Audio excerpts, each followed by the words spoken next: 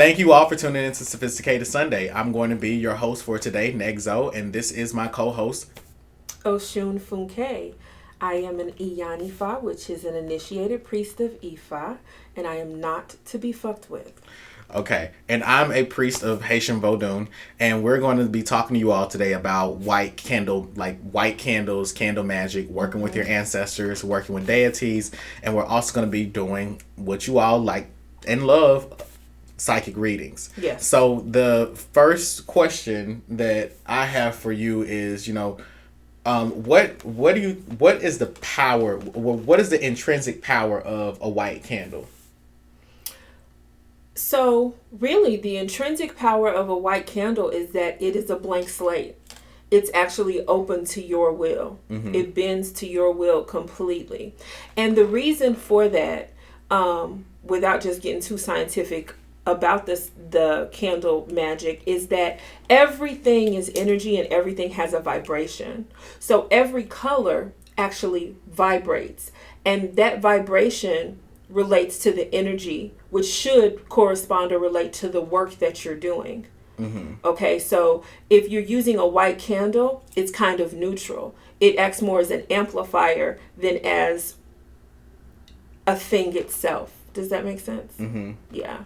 Yeah, so I've always understood white candles to be similar to a white canvas, that a white candle can serve any purpose. It can vibrate at any polarity or any level that you need it to vibrate at. If you need to use a white candle to replace a red one, or you need to use a white candle to replace a black one, it can be done.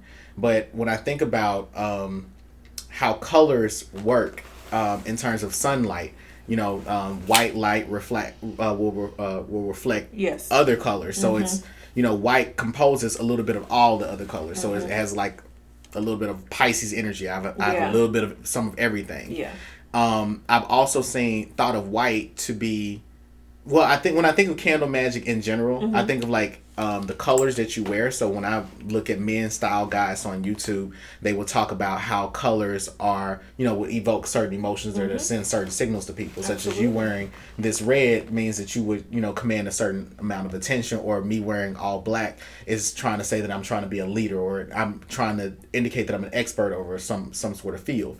So in that way, those vibrations from those, from the colors of fabrics can send different psychological messages to people that they pick up on, which are pretty much vibrations, right. Or, when you think about it in terms of quantum physics, a white candle intrinsically can be anything to me. I think of it as you can impose upon it any intentions or commands that you want onto it, and it can do that. A white candle is incredibly versatile, and it is the most versatile of all candles to me, but I don't know if it's the most effective for all purposes.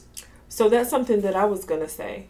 I mean, I think that, so there's a certain level of skill or attainment, I think, that you need to have in order to really know that you can use a white candle for everything.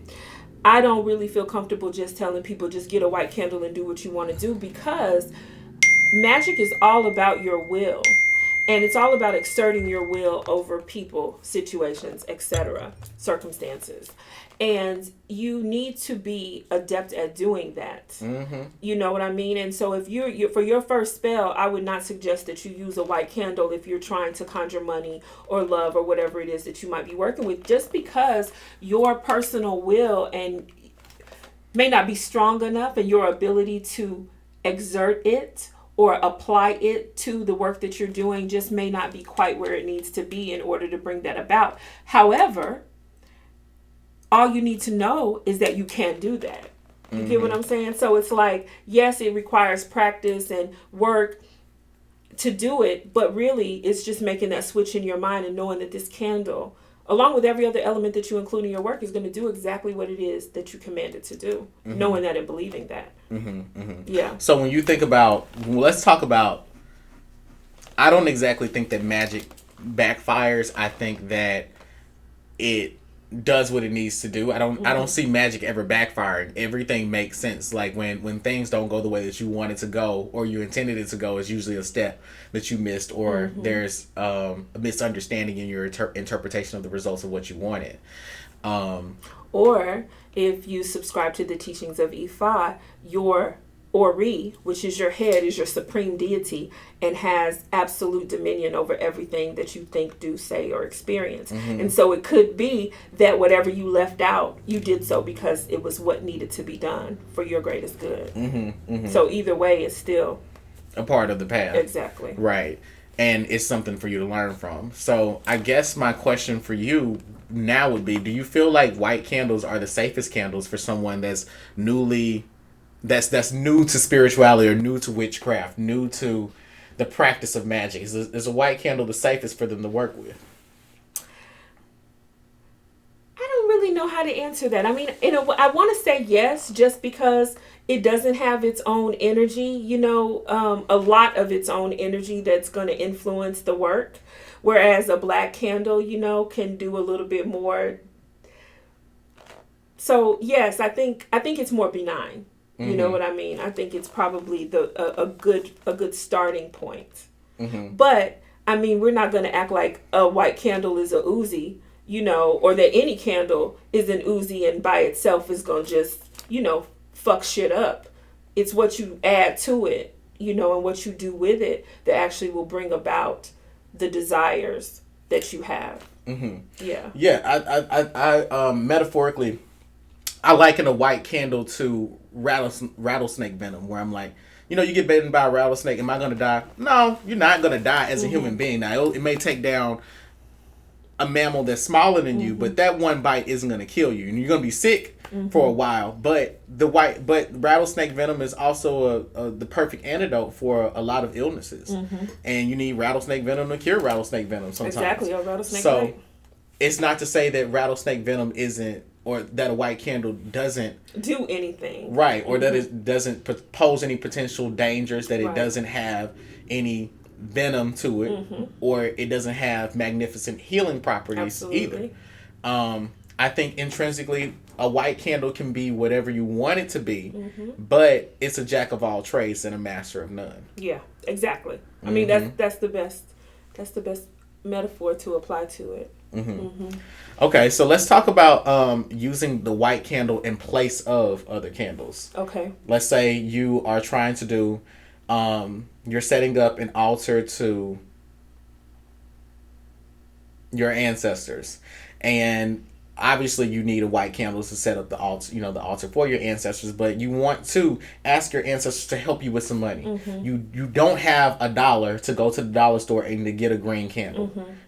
All you have is a white candle. Can you use a white candle in place of that green candle? Absolutely. Absolutely. Have you ever done that before? I do it all the time.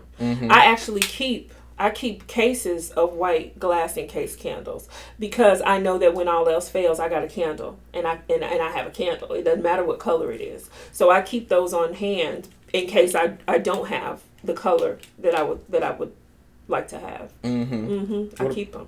Do you think a birthday candle is a powerful candle? I think that any candle is a powerful candle. I think that a cigarette lighter can take the place of a candle if you need it to. See, the thing that you guys need to understand is that magic, it comes from you, and that every item that you add or include into your work is going to do what you command it to do. You just need to know that you have the ability to do that, A white candle will do what you tell it to do. It'll be a green candle if you need it to be a green candle, or it will act as a green candle. Now, that's some serious, like if you can snap your fingers and make a white candle a green candle, then we need to have you on the show next week. But you can make it act as a green candle. It won't become a green candle, but you can make it act as a green candle. Okay. Well, let's get into something let's just go ahead and jump and dive right into the core of what we really want to talk about, which are the different variables that can affect your magic. So we think about the dependent variable being the result of what you want to happen, that being the Y. So the X variable, let's think about different X variables that will affect our Y, the results. The first we want to talk about is the power of the white candle. Let's talk about the white glass jar candle versus a tea light candle. Okay. Which one do you think is more powerful? Okay. So just based on the energy that is held within it, I'm going to say that a glass encased 5 or 7 day candle is going to be more powerful than a tea light candle. But that's only because the amount of energy that it holds within it. And I'm talking literally about the oils and the wax and whatever else makes it burn for that many days. That adds power to your work because of the longevity of the work. Okay, so based on that, I'm going to say that a glass encased candle might be a little bit more powerful than a tea light candle. However, tea light candles can be extremely powerful, and if you know anything about sigil magic, for example, just a glance at a sigil. What is a sigil? So a sigil basically is a symbol that is meant to cause a change in your subconscious. It's meant to conjure a certain thought or to have you emit a certain thought form. What are some examples of some sigils? A dollar sign. A dollar sign. A dollar sign is a sigil that we use every day. When you see a dollar sign, you know that we're talking about money and it's something that we universally agree on. So that's a very, very powerful sigil.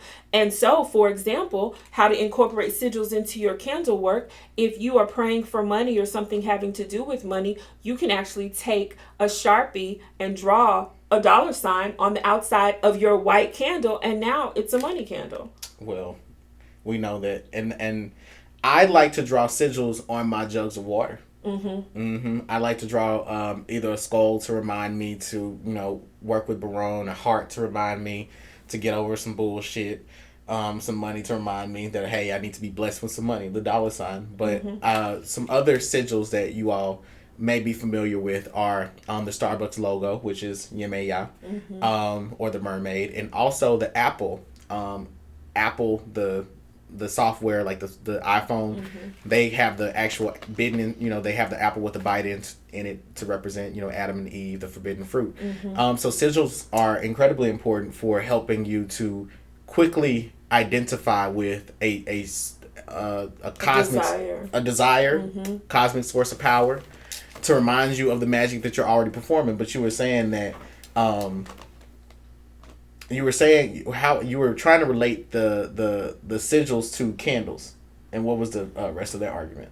Oh, yes. Okay. So I was relating the sigil, the use of a sigil, and how just one glance at it theoretically is enough to bring about the change that you desire, or to emit the thought necessary or the will necessary to bring about a change. So is a tea light candle. It'll burn for maybe 10 or 20 minutes, and that little short length of time is enough if you have your intentions set and your desire for whatever it is that you're working on is strong enough.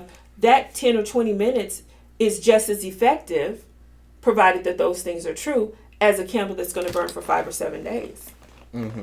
Let me ask you this. If I had a dream that I had sex with a spirit, could I use that white candle to either call this spirit back to me so we can do it again, or to banish that spirit from ever wanting to have spiritual intercourse with me again?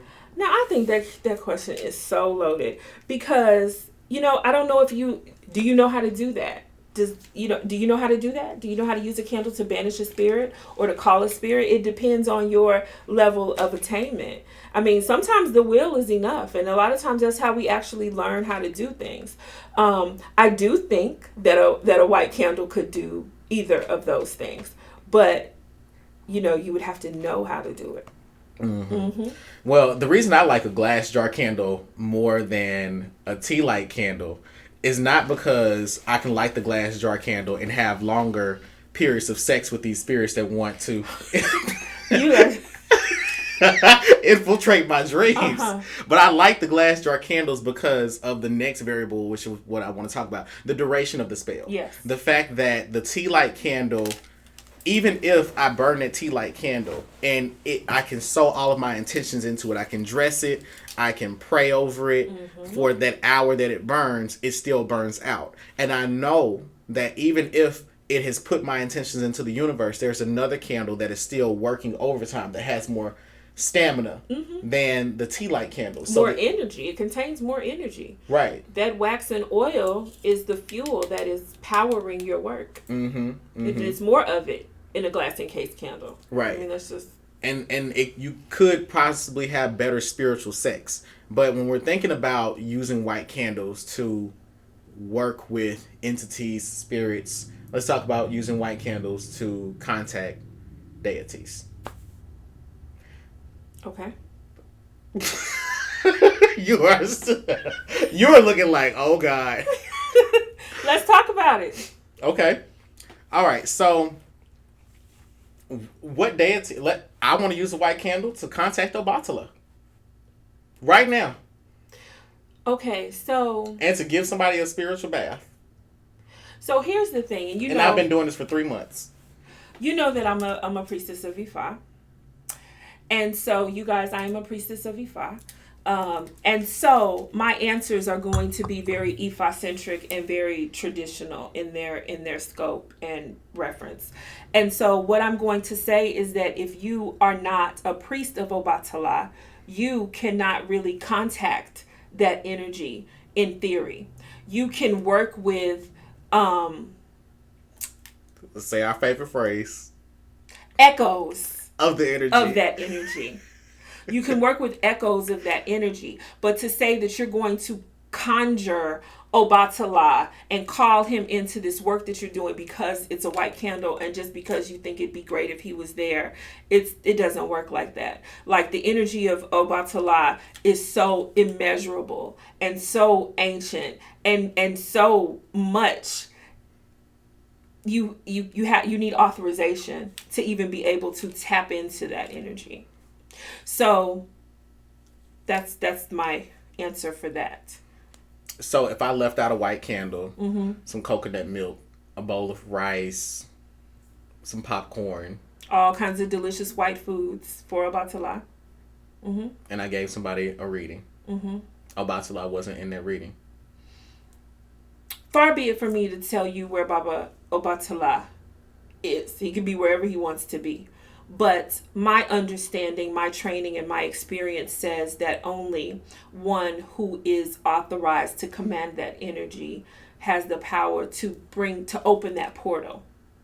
Okay? And that's why we use the Orisha pots. Those of you who are familiar with Ifa or Santeria, you may notice that people have these pots that they refer to as the deity, like this is Obatala.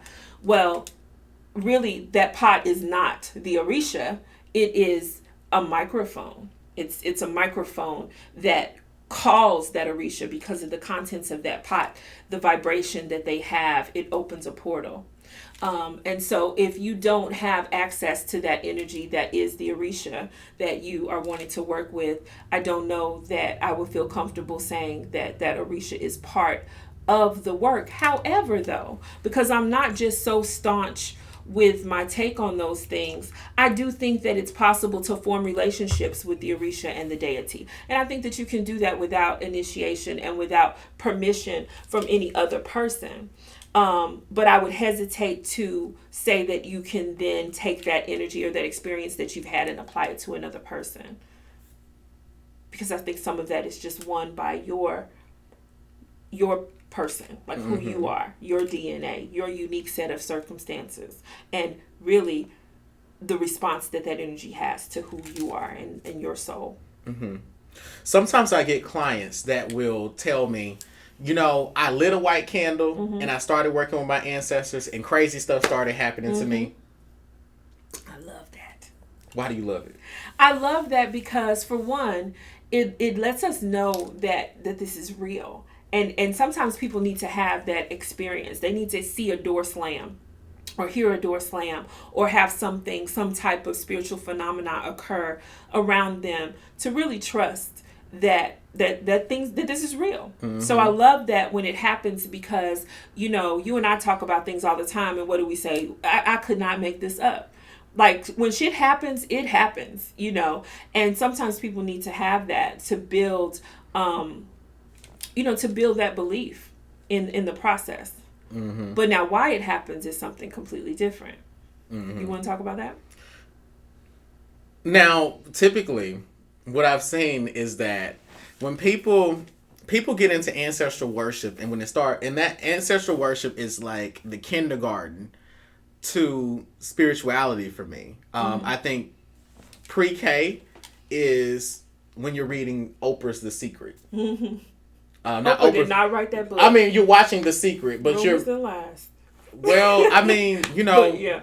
When you've mastered the law of attraction, right? That would be pre-K. Yeah, that's very much pre-K. The law of attraction, working with the divine feminine and the divine masculine, and your ascended masters. That's pre-K. Okay, so then you get into ancestral worship. And so you got to stop peeing on yourself. You got to be responsible. And now you've had these negative encounters with your ancestors who were... And the thing is that not everybody has wise ancestors. I think you're a gongon. Your ancestors can be wise. Mm-hmm. But I think that when we're talking about, immediate ancestors, sometimes they're not living their lives the right way, but they are telling you how to live your life the right way. And you may have had an abusive mama. You may have had a fucked up ass granddaddy. Mm-hmm. You may have had a drunk ass uncle that just talked a whole bunch of shit but told the truth every blue moon. Everybody got a drunk uncle, don't they? I feel like we all do. Yeah. And so I've come to learn that typically people that have negative experiences with their ancestors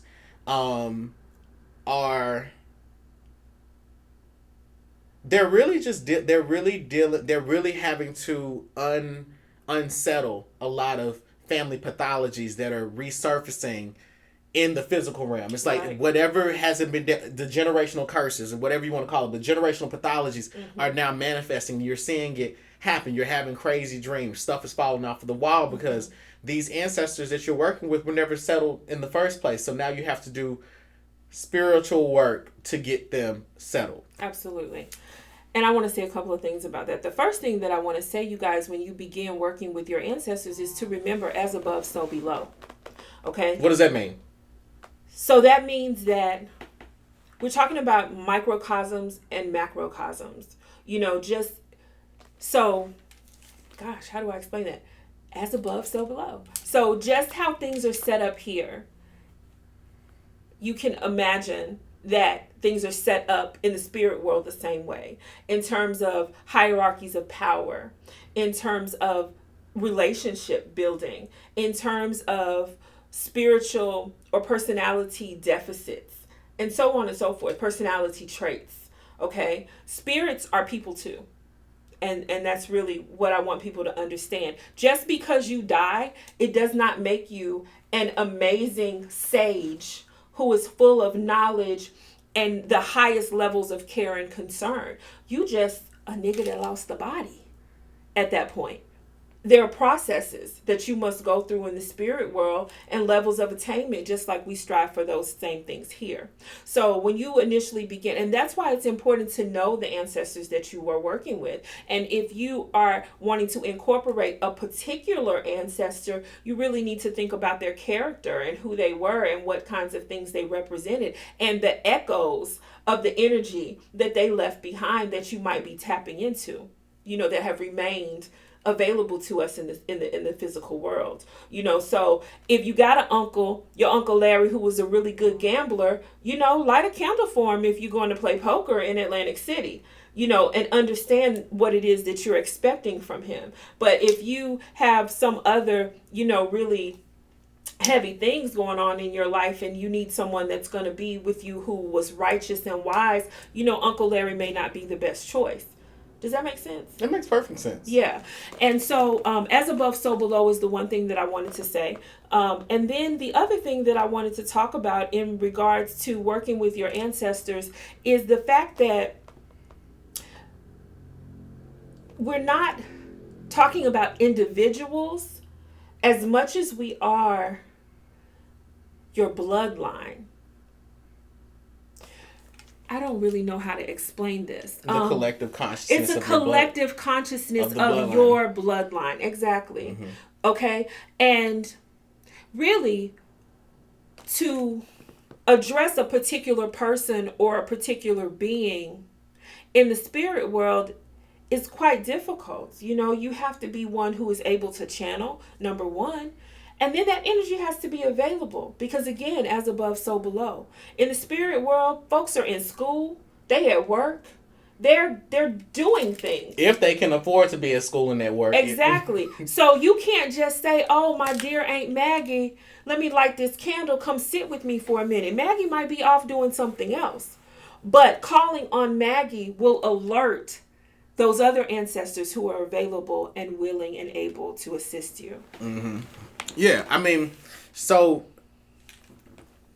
you know, to put it all in perspective, when we're talking about lighting candles and working with deities, you know, and you know, in Haitian voodoo, it is common for us to go to the cemetery and we'll work with the dead. Mm-hmm. And we want to work with the dead as they are, as they were in this lifetime. We expect them to be that same way on the other side.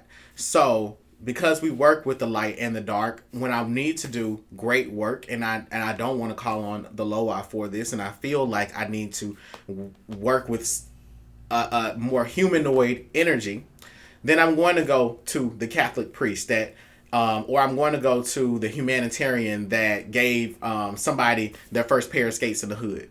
But when I need to get down and dirty, I'm going to go to the motherfucker that got the death penalty for raping, killing, and stealing. Okay, and you're going to go to that particular entity because you know empirically, based off of history, you know, factually, what the integrity and the inherent essence of this energy comes with, and if this is going to be the most effective for me to use. So yeah, if you want to take a white plate and then burn a white candle and then light that white candle and walk around the cemetery, and where the candle burns brightest, that's the particular spirit that you need to work with. Now I'm just saying, be careful with this shit. Opening doors. I know you got to be careful with this shit. Okay, I'm just saying, if something latch onto your back, it ain't for everybody. But if you want to know how to do, I'm not giving you all the instructions to doing it, but I am giving you how to open the door. I ain't gonna tell you how to close the door or how to fight the shit that's behind the door. But I am saying that's how you get it done using the white candle. The white candle will burn the brightest nearest the grave that you need to, the entity that you need to use it for, it will burn the brightest near that particular grave. And that's all to say that when you are thinking about a spirit being occupied, we do have to think as above, so below. Mm-hmm. So the person that is a serial killer that you want to hire on this side to do some work with you is probably doing some work for somebody else. That serial killer probably has possessed a serial killer in Wisconsin right now, and they're busy. And you need to be there's a lot that you need to know about this in terms of white candles are an effective tool. Jack of all trades, really like the master of none, not the most effective candle to use, but effective. It can get the job done. It can get the job done. Especially when you want to use a white candle. Some of the things I'm thinking of, using a white candle and burying it outside of a bank because you want to get some money, just so you can get the essence of that financial institution onto that candle, and the white candle will capture it because it is a canvas, you know. So those are some of the good things that you would want to use candles for. Is there anything else that you can think of, like any random tips? I think that if you're going to, yes, this might be something that we're going to talk about in another segment, but are we dressing the candle and adding to its power? Yeah, let's get into a segment about dressing the candles. Okay. First of all, what is dressing a candle? Are we talking about putting like going to Dollar Tree and getting some clothes from the doll section and putting it on it? You can. Yeah, I mean, you can do that. You can. Why would you want to do that though? So if you want to basically turn your candle into a doll, a puppet, a doll or a puppet, you can actually dress the candle. But typically when we talk about dressing a candle, we're talking about those. Hold on, wait. Mm-hmm. But if you turn it into a puppet because it's a white candle, it can capture the essence of any person or entity, being, thing, event, situation that you want it to. So you can puppeteer any situation with a white candle. But yeah. But we were talking about. But typically when we use the terminology, dressing a candle, we're talking about those items that you add to the candle to increase the power of it. So it would be herbs that you sprinkle on top of it. It would be substances that you may wash the candle with. It could be oils that you add to it. It could even be sigils that you draw on the glass or carvings that you make into the candle. How do you wash your candle? The way that I do it is I'll use a mixture of sea salt and Florida water. I don't usually use sea salt, but I use Florida water most of the time. Yeah. And if you can't afford Florida water, then just use water out of your faucet and pray over it. Or white vinegar. You can use diluted vinegar and water too. The cleaning vinegar or the regular white vinegar? Just white distilled vinegar. Okay. Well, there you have it. All right. I hate a dusty ass candle. Y'all, if you go to the Dollar Tree and you see those candles, don't buy them if they're dusty. It just irritates me, and I feel like it's adding all kinds of stuff to my work. So fuel my fire, take me higher, I'll be your liar too. 'Cause when we're here, there's nothing better than the sky.